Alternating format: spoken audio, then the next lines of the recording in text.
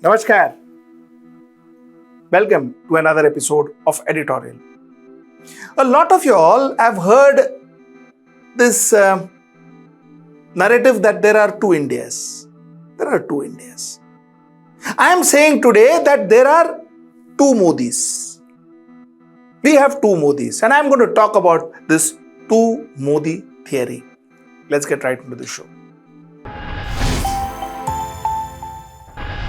So we have heard this theory about two Indias.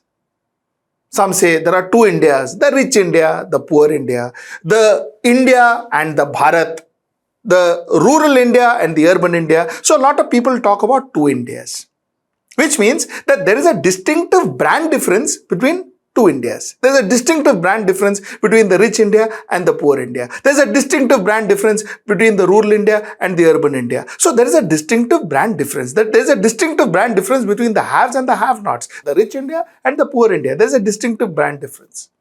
That's why one talks about two Indias. Now, I say that there are two Modis. There are two Modis. Because there's a distinctive brand difference between the Modi in the center and the Modi in the state. There are two Modis. So let me explain my two Modi theory. Okay, now let's start with the NDTV CSDS Lok Niti survey. NDTV CSDS Lok Niti survey says that 37% people in Rajasthan feel that Modi matters more than Ashok Gehlot. 37% people. And 32% people feels that Ashok Gehlot matters more than Modi, and 20% feels that both matters. But 37% people feels that Modi matters more than Ashok Gehlot. Now, is this a random incident? No, it is not. Because the same was what was happening in Gujarat during Gujarat elections. Something similar was the state in Karnataka. Something similar was the state even in Uttar Pradesh. Though Yogi Adityanath is seen as a very tall leader and all of that, the state was that Modi mattered more. So Modi matters more. So again, let me tell you why I say that there are two Modis. Now, if you look at Modi in a state normally is not the most popular Modi. He is not an indisputable most popular person and all. In Karnataka, for instance, he was not the indisputably most popular person in Karnataka. In Gujarat, maybe, but not in Karnataka. Definitely not in Tamil Nadu, and definitely not in Kerala. Modi may matter, but he is not, most popular person in that particular region. So the point is, while Modi may be relevant, but Modi is not undisputedly most popular person. But when it comes to center, Modi is undisputedly most popular. Whatever research, every research has proven that Modi is undisputably the most popular leader in India. Second comes Rahul Gandhi. So here, undisputably most popular, here not undisputably most popular. That's the first difference. The second difference is center, the way things look currently. The way things look currently, Modi looks invincible, undefeatable. Currently, the way things look currently. I'll repeat this 5 times. The way things look currently. But that's not the state when it comes to different states. Karnataka, Modi lost miserably. Because Modi had gone to Karnataka and said, vote for me. In Karnataka, Bharatiya Janata Party, which is Modi party, lost miserably. So the point is that somewhere down the line, Modi is not invincible when it comes to state. But as of today, Modi looks invincible when it comes to center as of today. Now, let me go to third. Modi suffers anti-incumbency. So in states like Karnataka, where it was his government, it was a BJP government, he lost. So anti-incumbency affected. So BJP lost. Gujarat, it didn't affect. Madhya Pradesh, it is affecting. By the looks of it, BJP may not come back to in Madhya Pradesh. Rajasthan, it looks like he is winning. So the point is anti-incumbency is affecting the Modi brand name, the Modi wave, or whatever you call it. But look at it. If you are still saying that Modi is possibly invincible as far as center is concerned, even today it is expected that Modi may come back as Prime Minister in the center by the looks of it. Again, I repeat, as of today, which means that till date, anti-incumbency has not affected the center Modi. Anti-incumbency is affecting the state Modi. Difference, distinction. Okay, now the fact remains that Modi in the center is dependent on nobody, including Amit Shah. He is dependent on nobody. He is the star, he is the sun, everything rotates around him. He says day to day, he says night to night. He is dependent on nobody. No ministers, nothing. He is dependent on himself, and he is the one who runs everything. It's a single man game as far as center is concerned. Now let's come back to state. State, Modi is dependent. Uttar Pradesh, Modi was very, very dependent on Yogi Adityanath. In Karnataka, Bomai failed Modi. So he was dependent on Bomai, right? Otherwise, how could he fail Modi? In Madhya Pradesh, looks like Shivraj Singh Chauhan has failed Modi. Rajasthan, there is nobody to fail or win, so Modi seems to be winning. So Modi is dependent when it comes to state, but completely independent, shines on his own when it comes to center. That's another thing. Finally, there is one Modi in 2018 who lost almost every state election, be it Rajasthan, be it Madhya Pradesh, be it Karnataka, be it Chhattisgarh, every state election.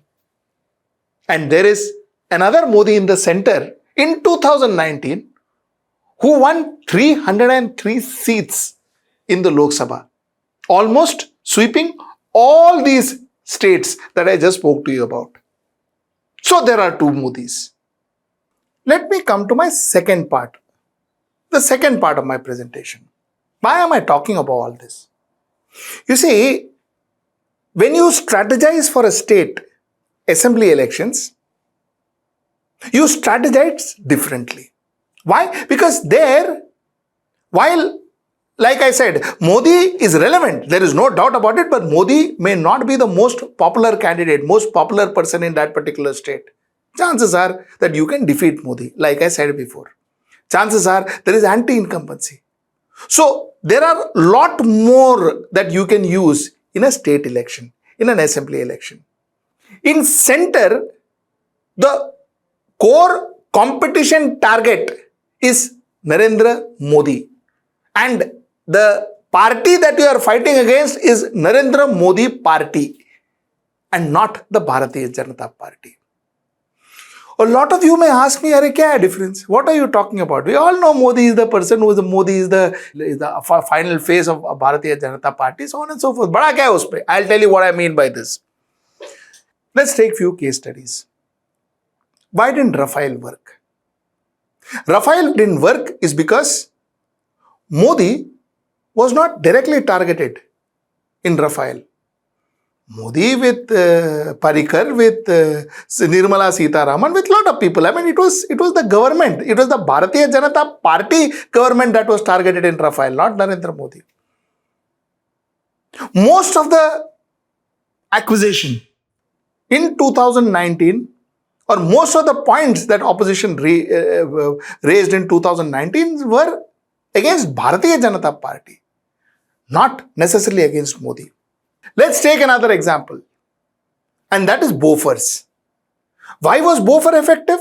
Bofors was effective because it directly targeted Rajiv Gandhi. It directly targeted Rajiv Gandhi because Rajiv Gandhi was exactly the same place where Modi is currently. When you targeted Rajiv Gandhi, it worked. 2014, bulk of the accusation was the Gandhi family, be it Vadra, who was supposed to be in jail, and there was a film and all that showed him as if absolute corrupt and all that. He's still roaming free. That's a different issue. But the fact is, it was the Gandhi family. Rahul Gandhi was supposed to be corrupt. Sonia Gandhi was supposed to be corrupt, and all of them were supposed to be behind bars. If you remember 2014, the target was direct Gandhi family. The target was direct Gandhi family. worked. Somewhere down the line, 2019, the target, not most of the target was not Narendra Modi. It was Bharatiya Janata Party government. 2024, I think the strategy for opposition should be targeting Modi more than targeting the Bharatiya Janata Party government, and it is working too, let me tell you.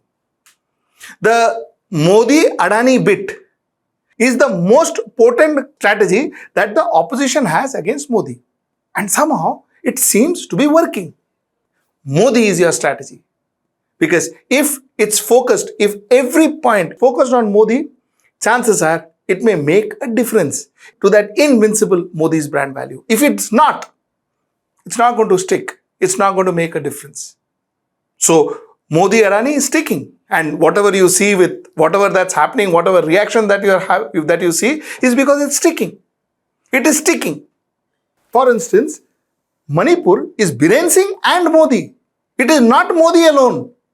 It will stick less.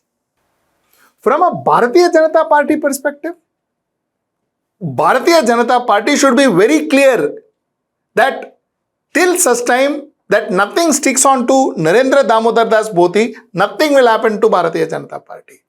You accuse Nitin Gadkari, you accuse Amit Shah, you accuse whoever you want to accuse. You accuse, nothing is going to happen to Bharatiya Janata Party till that accusation doesn't fall on Mr. Narendra Modi's lap. The day that accusation is on Narendra Modi and it is an effective accusation, that means the entire Bharatiya Janata Party will be wound off. And that we have seen in a lot of cases across the globe. When the supreme leader comes down, the entire party comes down with that. The party gets obliterated. That's the worry. That's the danger that Bharatiya Janata Party has. So from a Bharatiya Janata Party point of view, a Bharatiya Janata Party leader should be happy to take the blame so that Mr. Narendra Modi is kept clean and blemishless. That is from a Bharatiya Janata Party point of view. That's the point I wanted to make through my 2 Modi theory. Till I see you next time. That's day after tomorrow at 10 p.m. Namaskar.